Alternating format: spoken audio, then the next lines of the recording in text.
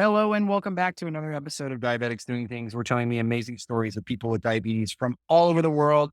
And I'm very excited to introduce our guest today because if you interact with her on Instagram, you know that she has a super, super fun outlook on life. And one of the things that we're really trying to focus on the podcast here lately is to share the uncomfortable things about diabetes and the people who live with them and still are living their best lives and still fully embracing themselves. So Janet Marin is our guest today. Janet, welcome to the podcast. Hi, thank you for inviting me. I feel so honored.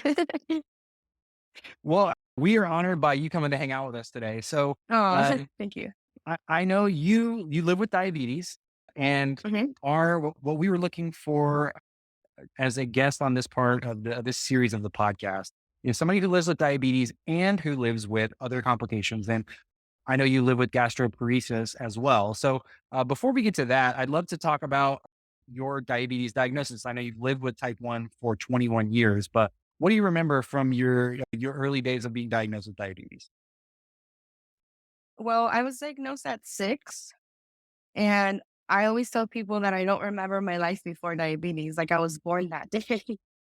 I remember the 2 weeks prior me getting diagnosis just because everybody around me were noticing the symptoms. I mean, I was fine. I didn't think nothing was wrong, but yeah, like I was frequently using the bathroom, drinking a lot of water, eating like every 20 minutes. But I was like young, so I just went about my day. And yeah, it came to a point where I was kind of like losing so much weight and I had, that weird fruity smell coming out of your mouth. And that's when my parents were like, "Yeah, I think something's wrong."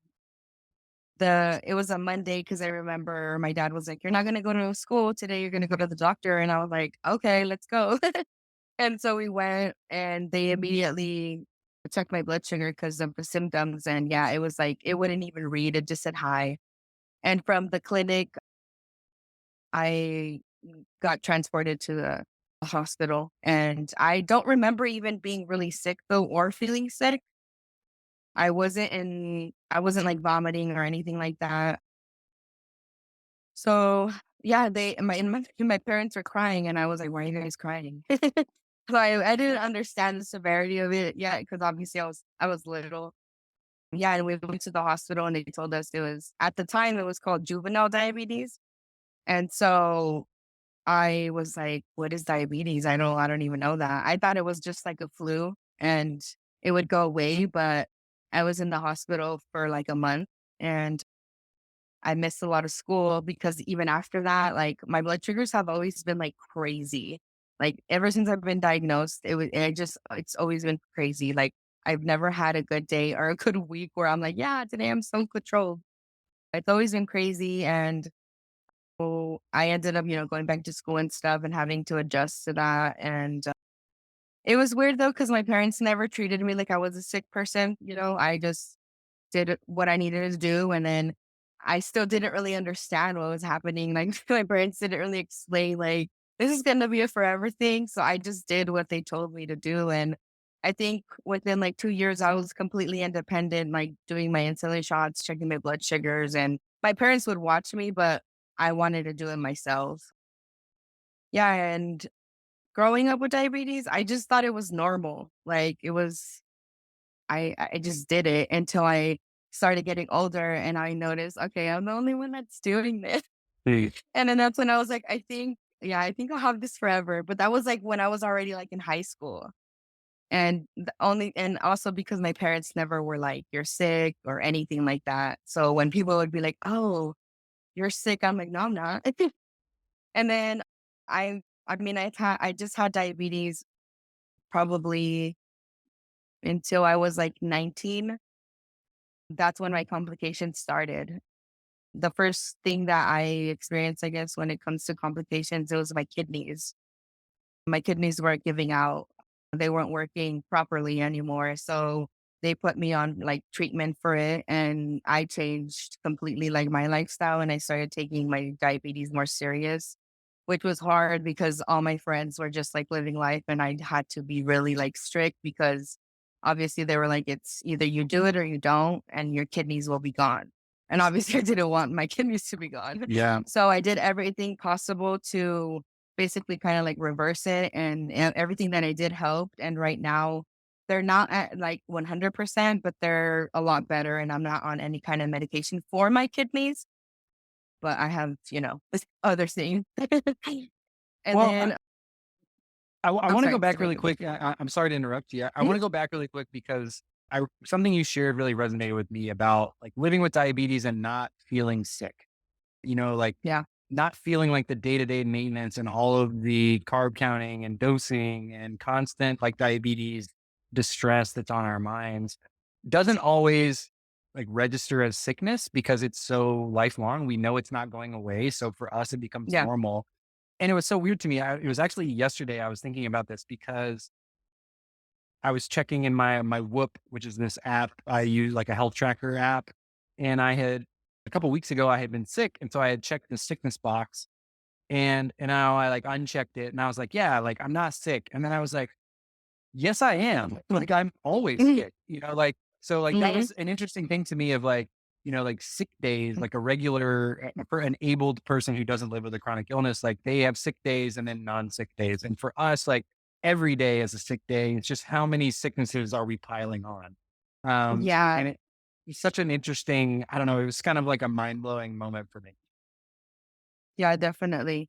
Yeah, like I said, my parents never treated me like, or anybody in my family really, like treated me like if I was a sick person or even disabled or whatever. I didn't even know those words existed, or chronically ill. Like I didn't know what that even meant when I was younger, because I just went about my day. If I needed insulin, then I would take it. Then, it wasn't a big deal. No one made a big deal out of it. I just did it. And I come from like a huge like Mexican family. So they just like did but they just let me do what I had to do. They didn't make it a big deal or anything. And up until like I was my mid-20s, I was like, okay, maybe I am chronically ill. Like I still didn't accept it. And I was in the hospital constantly. And I'm like, no, I'm not sick. Like, but that's just how I was raised. And I still think I still sometimes forget like that I have all these things, because I'm like, but yeah, obviously now I accept it. But it was kind of hard. I think something I wanna go back to, so you mentioned that you're Mexican. I also am a Mexican person, Oh, I know. I and love it. I'm always like, I read a blog that you wrote where you had to really, like, take charge of your control because of, I mean, there's that language barrier sometimes with our parents. Yeah. So, as somebody who is bilingual, how did you find yourself, like, facilitating some of your care with your parents? It was it was, like, really hard in the beginning, because they had like, they didn't know anything. And so, my mom was a stay-at-home mom, and my dad was, always at work, like, all the time. So, any doctor's appointments I went to or anything, it was with my mom, but my mom doesn't speak English really well. I mean, even when I was younger, it was probably worse because our first language was Spanish. Yeah. And I was barely like grasping to learn English the right way too, because I was so little. I was 6. So I kind of had to be like the translator to my mom, because my mom was there, of course. And then they would tell me when I would go to the endocrinologist, like, my A1C or whatever. And so, yeah, I had to figure out how to explain to her that what an A1C was in Spanish, or what they were telling me. And I'm like, that's a big word. I don't even know how to say that in Spanish. So it was Yeah. really hard. It was really hard in the beginning because it was only like me and her, and we both were kind of like, because we didn't know those big English words. We were still speaking very fluently Spanish, and I still speak Spanish to her. I'm fluent in it. And so it was hard until we had one of my cousins pretty much go to all of our doctor's appointments, because she was better at English.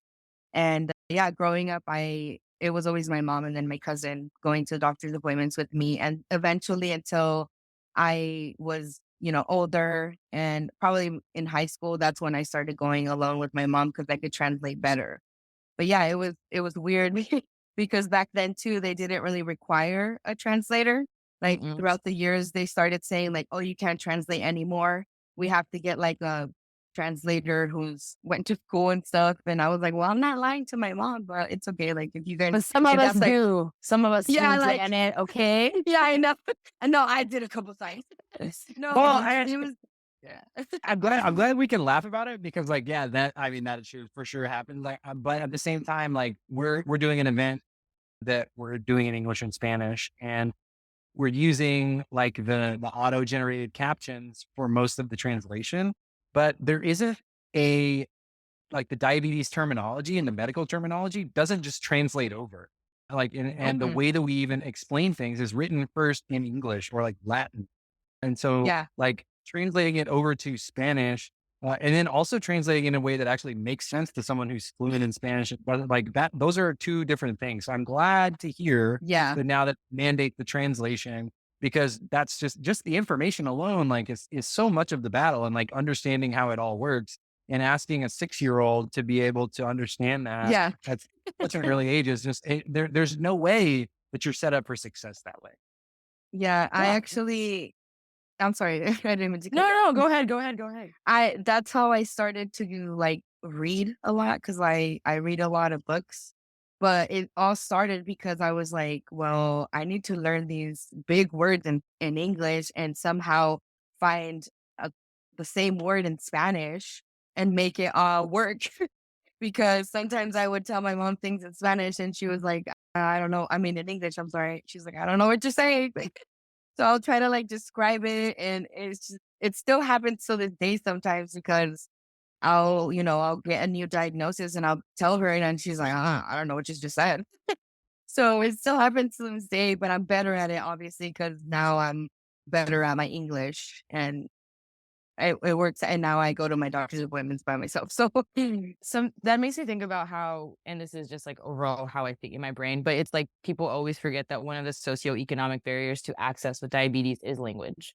So yeah, I think that when you're diagnosed as young as we were, because you were 6, I was 8, and our mom didn't speak English that great. So it's like you're sitting there trying to do this, but at the same time, you're trying to also process what's happening to you. yeah. We can laugh about it, but it is a bit, there's some trauma there. It's something that Oh, you later yeah. on have to unpack because it's like you Hmm. are a child who is having to be put into the driver's seat basically with your parent. And you're like, okay, we're Yeah. going to drive this car together and try not to crash it and kill each other. And that can be Yeah, really, really exactly. hard, especially like you mentioned, you were hospitalized a lot. I resonate with that. I was also in DK all the time because it's like we All the didn't time. know, Mhm. they didn't know what they were doing. I didn't know what I was doing. Yeah. And then we'd go to the appointments and I am almost sure that I'm part of the reason that we have to have translators now because I was a lying kid, Yeah, like no. 100%. I was like, "Oh, todo está bien." No, my AOC was like 11. So I I did said, keep what doing what we That's exactly. funny. So I definitely feel what you're saying, and I just think it's important to point out because people forget that all the time. So I'm glad Yeah. care is evolving to include language because it's paramount. Well, Yeah, we I've talk a lot. actually I'm sorry, Jan, go ahead. no, we like interrupted you. So no, I was just gonna say I've actually educated people like out in Spanish because they'll ask me kindly what I have on my arm, it's my Dexcom or my pump, and they speak Spanish. And sometimes when I did have my vitiligo like flare up too much, and they'll ask me like, "What is that?" And so I'll translate it in Spanish because they're asking me in Spanish. So that's another reason why I started getting better at it too, because like random strangers would ask me in Spanish. And so I couldn't really say like, I don't know. So like I kind of educated myself more on that too, because I'm like, okay, people are going to ask me in Spanish and I don't know what to say. Well, it's one of those things that we don't, and when I say we, I feel like the English speaking American diabetes community, like don't necessarily think about because we are not used to walking into places where we don't understand the language. And I think that's why, travel is so important and like visiting places outside of your comfort zone is so important because you realize like, oh, there's these entire communities that I don't understand where I'm outside of the norm. And what we've really discovered and are focusing on in some of our work with North Texas Food Bank is when we talk about health equity, it starts with information and just in education, like just being able to learn and access the right treatment methods and the right information Mhm. on prescriptions and medication. That is the start of health equity. Because until we all have access to that, like Yeah. we're not going to be able to dramatically affect outcomes for people across culture barriers. And so Yeah. just having access, like, it's been only in the last 5 to 10 years that there's been any Spanish language board certified diabetes resources online. And like, Yeah. we've got self-driving cars, but we don't have Spanish translation for people with diabetes. So it's like, there's a lot of things, a lot of room for growth, so to speak. And, I'm glad that we can laugh about it too. But at the same time, like, it really is a huge issue. And like, what a great impact it makes when you're able to connect about your care in your, first language.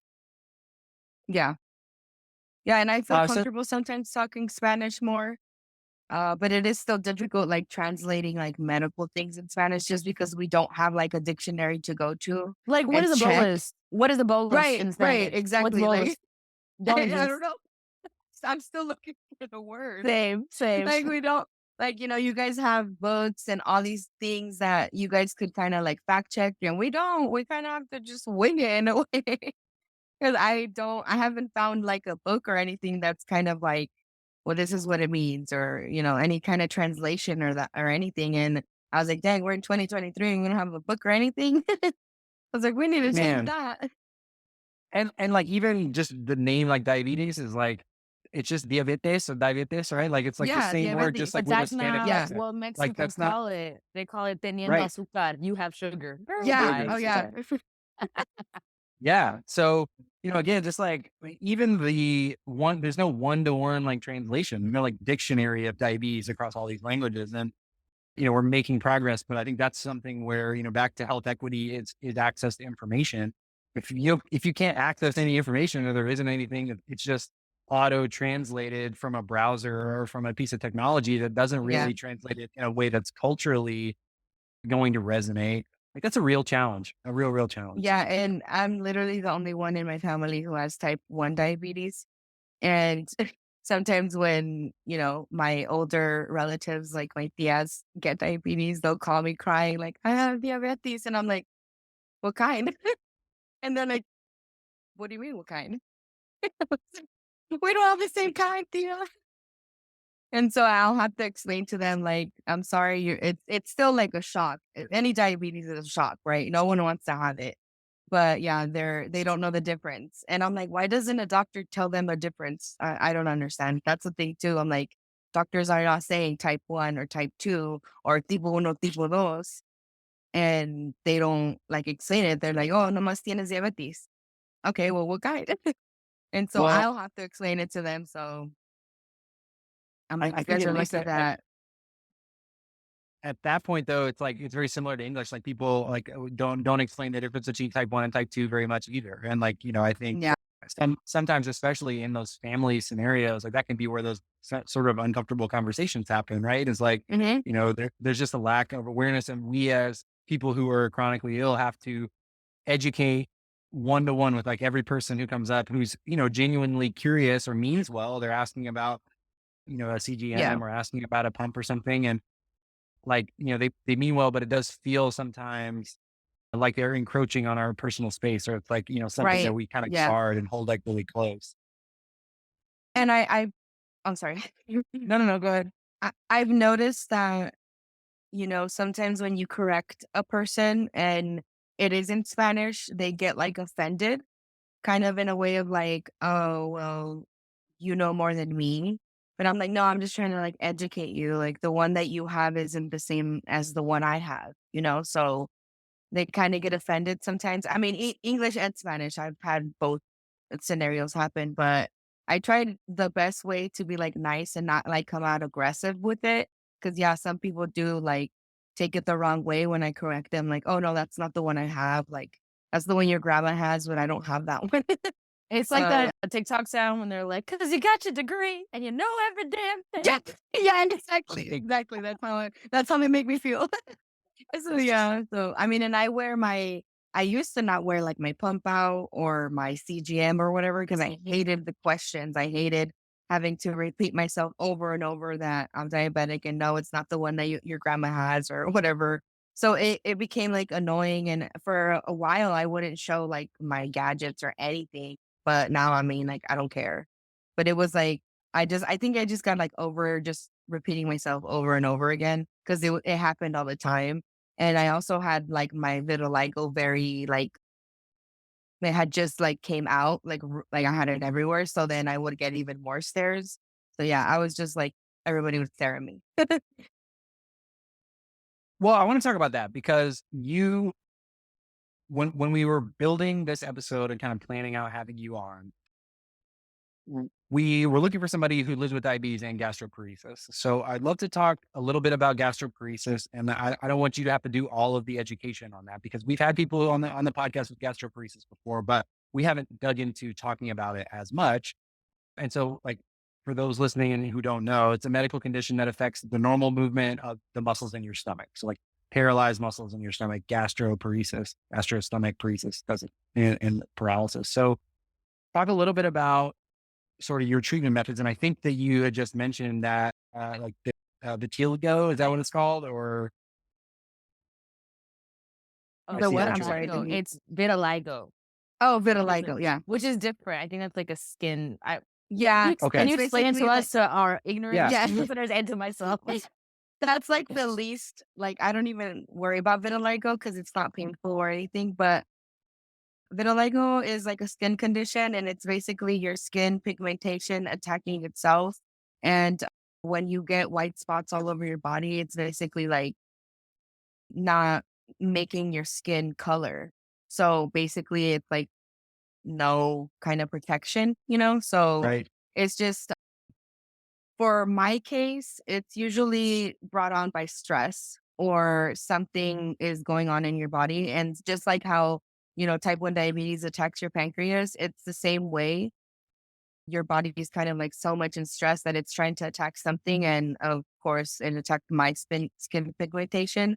And I started getting spots, but it happened very rapidly. I had like a little one. And like by the next following week, I was like covered in them.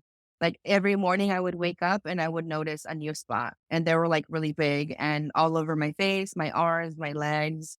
And at first I thought it was eczema because that's what I've had all my life. But my doctor's like, I think you have vitiligo. And I said, what is that? What, I don't even know what that is.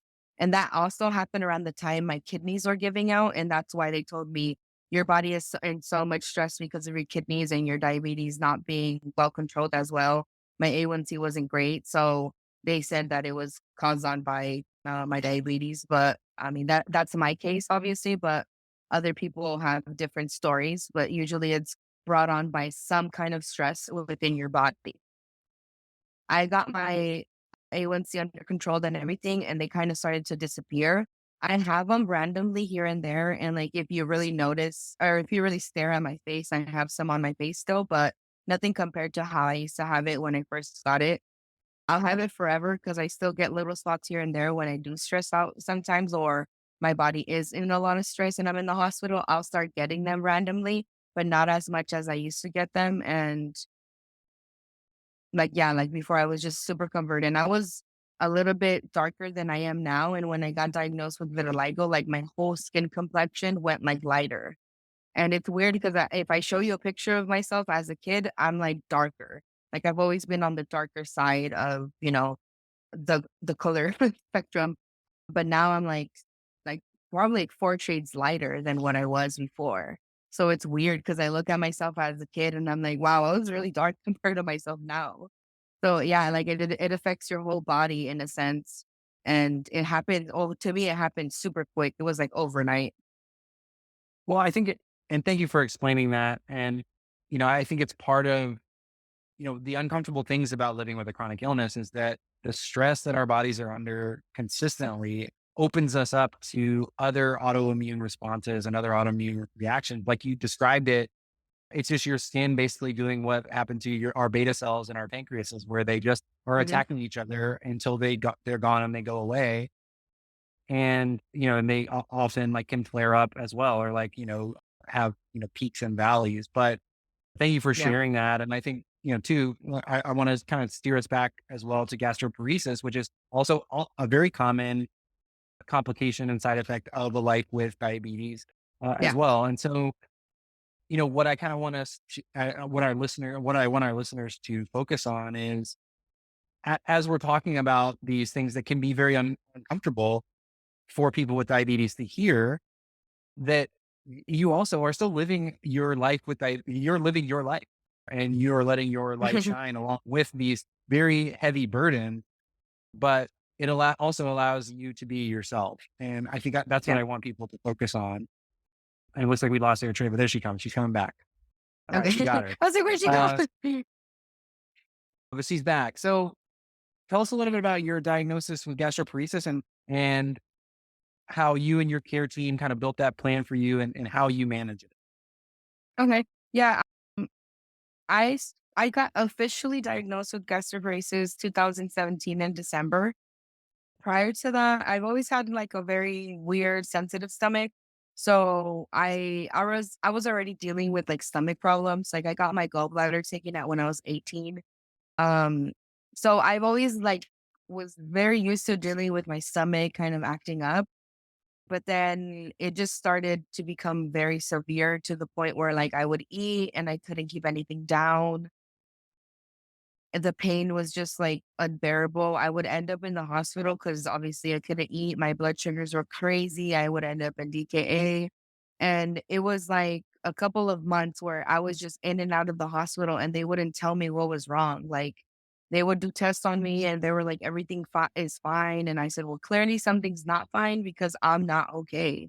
And there was the last time that I had got admitted to the hospital, I was like super sick in the ICU and I couldn't even talk anymore. I was like super weak and they just couldn't tell me what was wrong. But obviously something was wrong and something it was wrong with my stomach. So finally I think my cousin had got like into it with the doctor that was taking care of me that day. And he kept saying, no, she's fine, she's fine, she's fine. Like nothing's wrong with her. And she's like, well, she's not fine. Like look, like I physically don't look fine. So they finally said, well, we haven't tried one test. And so they did an emptying gastric test on me. And that's when, you drink something and you lay under a machine and it takes pictures of your stomach and basically like your esophagus while your food's going down to see how fast your food goes down and how fast you digest your food. And that's when they found out that it was gastroparesis because my food wouldn't move at all. It was just in my stomach. And they basically were like, yeah, you have gastroparesis. And then they didn't really give me any information. I had no idea what gastroparesis was. I didn't even know it was a complication of being diabetic or, having diabetes for so long. Like I did not know anything. They gave me a pamphlet, a very vague pamphlet. And they're like, yeah, you just have to change your eating habits and, you'll be fine. And I said, oh, okay. It sounds like just another thing that I have to deal with. But it was so much more severe than they told me. They never even talked about how bad it could get, nothing until I started going to doctors. I had one gastroenterologist and he kind of just gave me medication for it. None of the medication worked. And that's the thing with gastroparesis. It's kind of like considered a rare disease and they don't have a lot of treatments for it. And I think I tried like 3 of the treatments and that was literally it. And the other treatment, it was illegal in the United States because it affects your heart. And so I couldn't try that one because it wasn't legal here in the United States.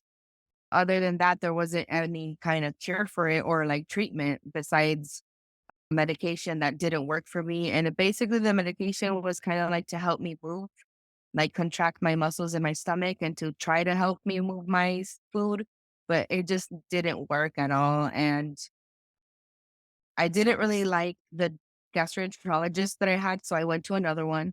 And basically they said the same thing. And the second one that I went to kind of blamed me for having gastroparesis. And he was very rude to me. He said, because I asked him, I said, like, is it going to be like this forever or is it going to get like, worse? Like, I just was asking simple questions. Like, I really wasn't educated on it. And he said, well, if you continue to not take care of yourself, then it's going to get worse. And he said, that's one of the reasons why you got it because you were how he said, a really very, he said kind of basically like you were dumb because you didn't take care of yourself growing up. And I said, well, dang, thanks. And obviously you believe these things because these are professional doctors. Why wouldn't you? So I left that appointment kind of sad and I was like, I'm not going back to him.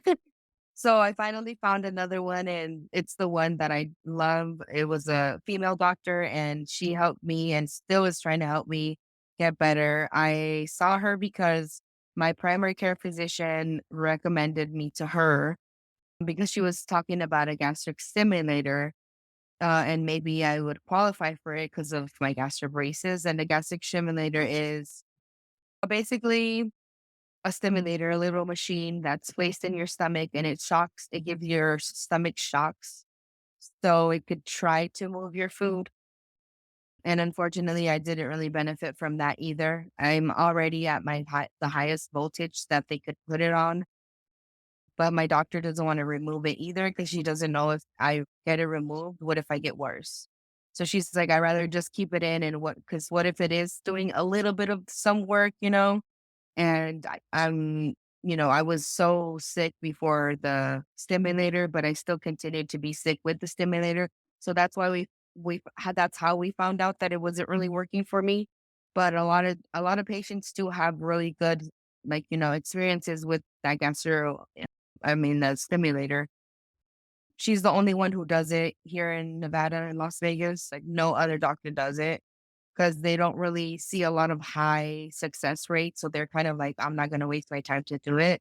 But my doctor is like super good at just going above and beyond to try to help me get somewhat better. I've been going to her I think I've had a gastroparesis for 8 years now. I've been going to her for 5 of the 8. And she has gone like above and beyond for me, but it's just still, and I'm still pretty sick. Like I had to be placed on a feeding tube last September because I was so malnourished. And another thing people probably don't know is like your stomach's not only paralyzed, it doesn't absorb no nutrition at all. So even if I have the most nutritious meal by mouth, it does nothing to me. I don't get any of the nutrition at all anymore. And that's one of the main reasons why people are placed on feeding tubes when you have gastroparesis. Because even if you could eat by mouth, it's no use. You're not absorbing any of the nutrition. So eventually, in the beginning, she told me about the feeding tube, but she told me, I don't think you need it yet. Like, you still are holding your weight. You're still eating by mouth sometimes. So you're okay. But then just gradually, I started getting worse and worse. I was in the hospital every month for more than a week because my gastroparesis flare ups were extremely bad. And I had to go to the hospital, because when you throw up, you lose a lot of magnesium and potassium and just things that you need to keep your heart pumping. And so I constantly was in the ICU because I was like NDKA and I just was very, very sick. And I went as far as I could without a tube, but I just got extremely sick and it was like either you get the tube or you kind of die. Because I was at that point where I was fainting all the time because I was so malnourished. My hair was falling out. I started to hallucinate like really, really bad, which I didn't even know that was a thing when you're malnourished.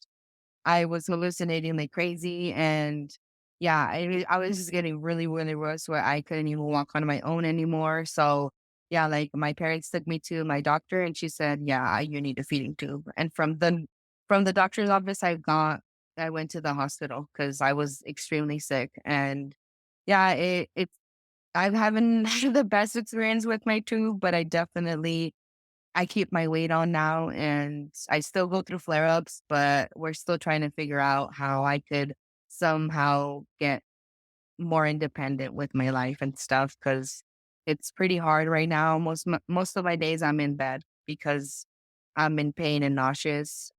It gets really bad. Like I get very light sensitive. I get sound sensitive. I have to be like in a pitch black room and I'm just like constantly throwing up and I have to be, connected to my feeding pump 24 hours out of the day when I am in full flare up. When I'm not, I just connect at night while I'm sleeping. But yeah, it's been quite a journey with gastroparesis. It's, it's a horrible disease. I don't even know how to explain it. It's just horrible. And if people who haven't know how bad it is, but I don't actually know anybody else who has type 1 diabetes and a feeding tube. All the people who have a feeding tube, they don't have type 1 diabetes. And I'm very grateful for, the chronic illness community itself because they've helped me a lot with just my feeding tube. I was already part of the type 1 diabetes prior to that, but, getting all these other complications, I found out like, wow, other people have all these complications, but not necessarily coming from type 1 diabetes. It's just other things that they have. But yeah, like I haven't really met anybody who has it as bad as me because I feel like I have it so bad. But Well, I thank you first of all for sharing and being so open. Obviously, you just in the 10 minutes of you explaining it, like it sounds extremely heavy and difficult. And yeah, one of the things that I think was a driving force behind us doing this interview is if you casually looked at your social media profiles, you would never know how much pain and struggle you're going through. You would see a mostly normal, seeming like really outgoing, fun person who is doing what they want to do, but we don't see. And like, I think that's, I don't know, there's a kind of like a viral graphic going around social media right now. It's like, what you see about someone and like the whole rest of their life. And it's like a tiny circle and like this big thing. And I think like for hmm people who are chronically ill and like, shout out to the rare disease and the chronically ill community, like even outside of diabetes, like amazing yes, stories they're of this amazing. community and just the strength that you see from people that you don't even know and like are dealing with diseases that I have no idea about, I've never heard of before. Yeah, And really. they give their time, like what little time they have that feels good to other people to help them, hmm inspire them and help them through. So, um, I just want to say thank you again for spending your time with us today to do that. And, just for being a great example for, people who are unfairly chronically ill and, Yeah, still making the best out of it and giving back to others. And it really is an inspiration. Like inspiration isn't always like some amazing achievement, like running a, 100-mile marathon or, winning the lottery or whatever it is. Like those are sure yeah, cool, but, sometimes just getting out of bed and like being able to make your, be a good family member, a good friend and like do what you want to hmm do is an amazing thing to celebrate. So thank you yeah. for being so open about that. Oh, you're welcome. I think it's a hard topic to move forward from, right? I'm having a really hard time processing it. Like, I can't imagine what you're yeah, going through, and I never want to center the ables because I feel like in this conversation we're the ables. But it's like, what a what a toll, and what an amazing and what an incredible, like, I don't know, it can be terrible and still be incredible, like journey that you've been on now. And yeah. I don't know, I have so much respect, like so much. Thank you. Yeah. Even just like going through three different doctors and like, we hear people's stories in chronic ill communities in the diabetes community about firing your endo and like going and finding new ones. Like that takes so much effort. And like when your disease also takes away from your ability to go outside, stand up, like that makes those things even more challenging. And so, yeah, good for you. I'm so glad that you found a doctor who like treats you like a person Yeah, she's and amazing. is just willing to try to help. Um, I guess, and I'm with you, Eritrea. Like, I don't want to like move on too quickly or from because it's so I could impactful and talk heavy. about it But forever. well, but that's so great, and I think like that is why we wanted to have you on because like I hope that there's someone here listening who would benefit from it. So like for that person who's listening or is either newly diagnosed or is dealing with complications, like what kind of advice would you give them on how to navigate the situation or what would you tell to yourself when you were first diagnosed with gastroparesis or any of the other rare diseases alongside your diabetes? Yeah, well, because I also have I got diagnosed with gastroparesis, and like within a week, I got diagnosed with neuropathy, and then like a couple months after that, I got diagnosed with diabetes retinopathy, which is damaging your eyes. So my complications were like back to back to back. I had no time to process each one of them. I had to process them all together because it happened so quick. And then later on down the line, I got diagnosed with fibromyalgia. So it was just like so many diagnoses back to back. I couldn't even keep up with them. And it was frustrating because I just couldn't figure out like how to go about my gastroparesis in general. My gastroparesis is the one that hinders my life the most and probably neuropathy now. Sometimes I'm like, I don't even want a new pancreas. I kind of want a new stomach because it's just so hard to manage it, especially managing it with type 1 diabetes. I see my other friends who just have gastroparesis, and I mean, obviously gastroparesis is not easy to live with at all, but they don't have to deal with having to watch their blood sugars like 24/7 like a hawk. And I think that's where I tried to find other people like that with me, but I haven't really found anybody. Everybody that I do know who had gastroparesis doesn't have type 1 diabetes. So I wish I could find someone kind of like me because it's lonely. It's lonely, and I guess if I had to give my own self advice, I would just say to be more patient with yourself and not so hard on yourself. Because in the beginning, I blamed myself a lot for it because doctors would tell me that it was my fault. So why wouldn't I blame myself for it? So that was very hard for me to get over because I would constantly be very hard on myself and kind of just like hate myself in a way because I would say like, man, if I would have took care of myself a little bit better down the like, back then maybe I wouldn't be so sick now. And that's another thing I don't think people talk about that, if you don't take care of yourself properly, with type 1 diabetes, whether you're doing it intentionally or not intentionally, you're not going to see the consequences next week or next month. It's like years down the line. I didn't take care of myself properly in high school and I'm dealing with complications now and I'm almost 30. So I don't think people realize, and that's another thing I wish people would tell, newly diagnosed diabetics that the severity of the complications and whether you take care of yourself so good you could still have complications at the end of the day.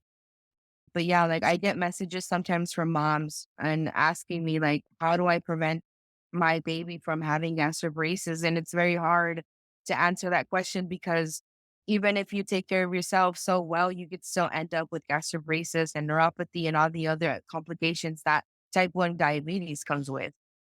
And I think that's something we don't talk about enough. Eritrea and I were talking about this in our most recent episode of our podcast, where especially with parents, and I think that question, I see both sides of it. I think that it's well intentioned. But what we kind of came to in our episode is that diabetes is going to kill us one day, regardless of how good we Yeah. take care of Yeah. ourselves. Like Yeah. at the doctor's going to sign, like, Rob Howe, hopefully age 95, he lived this great life and he died of complications from type 1 diabetes for Yeah. 70 years, and like that is just going to be part of that.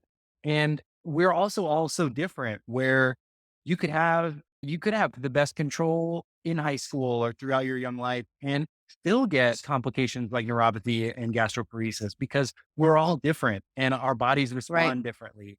And I think, it's easy to say that we're all different and we all like to say that diabetes is not the same from one person to another, but complications are an uncomfortable part of that too, is that for some of us, we're more likely to get complications and there's no reason why.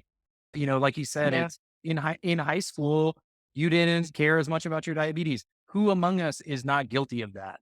And Yeah. unfortunately for you, that's resulted in complications for you in your 30s. And like you said, it's not tomorrow, it's not the next week, it's further down the Yeah. line. But when you're 16, you're not thinking about life when you're 32.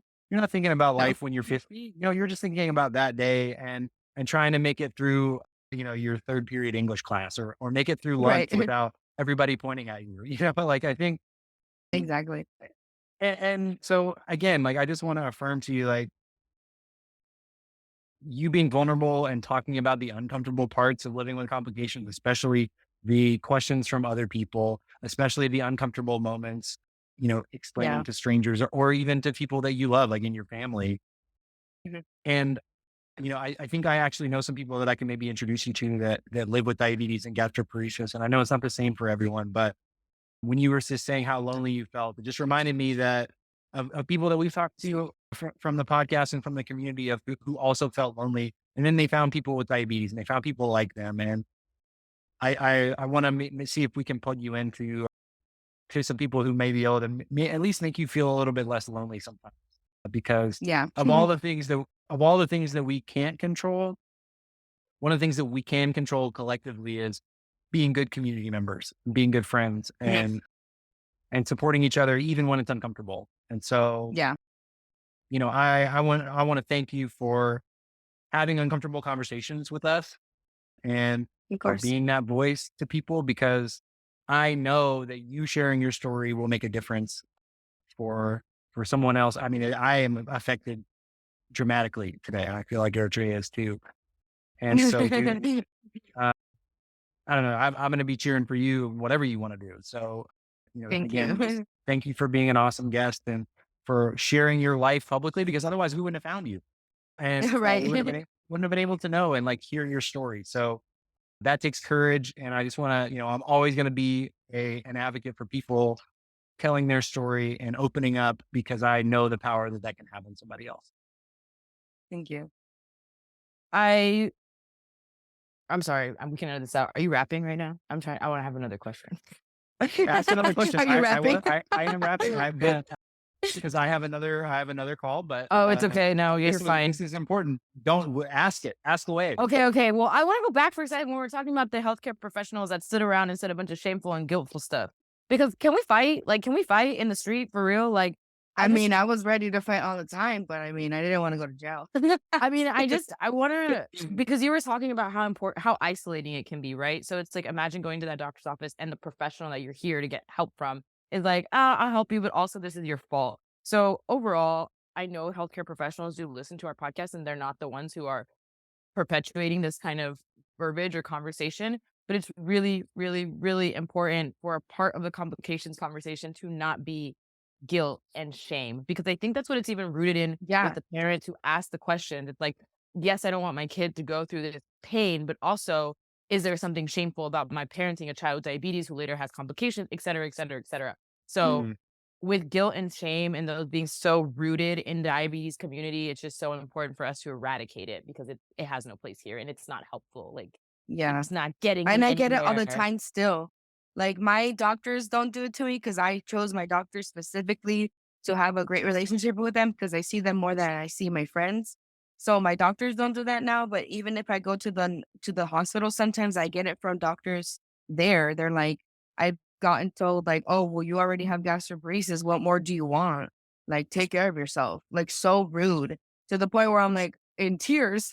And like, I don't those words don't phase me anymore because I'm so used to hearing it. But some doctors are very, very cruel, and I don't like it because like I could take it, but what if the next person can't take it? You know, and that's what I think about all the time. Like, I don't know, doctors just need to watch how they, say things, and I could take it. I'm strong enough, but I think about people who can't.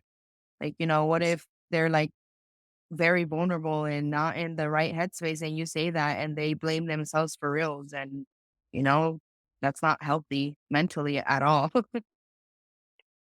No, and I think, there's there's a lot of work to be done. Something that I think about all the time is that not every person in a position is a good example of that. Like, not every doctor is a good doctor.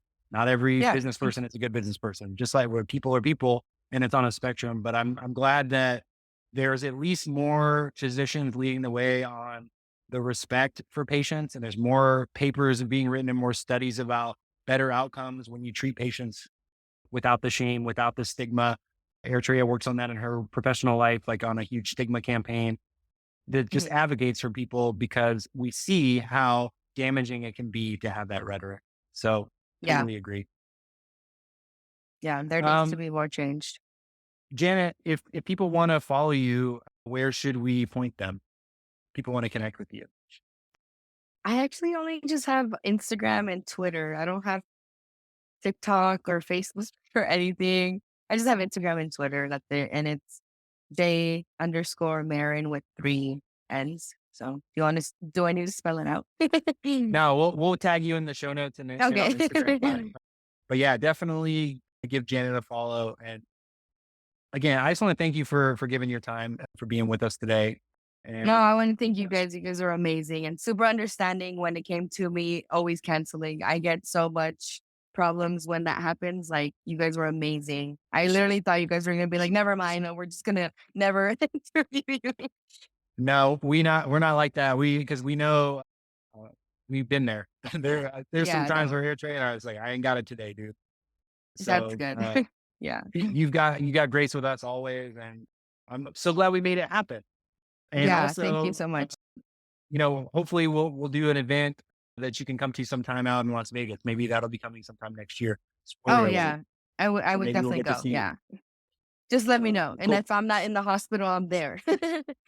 Well, and if you are, we're coming to visit you. So Right. that's that. Bring the party to my room. Now we're talking. Right. Okay, Janet. Well, thank you so much. It was so nice to talk to you, and we'll let you know when this episode's going live, and so that you can check it out. But thank you so much, and it was so lovely to meet you in person or on Zoom, whatever the case, Right. face We'll to meet in face person now. one day. Yes, we will. Yeah. Thank you so much for having me. Right. Bye. Bye.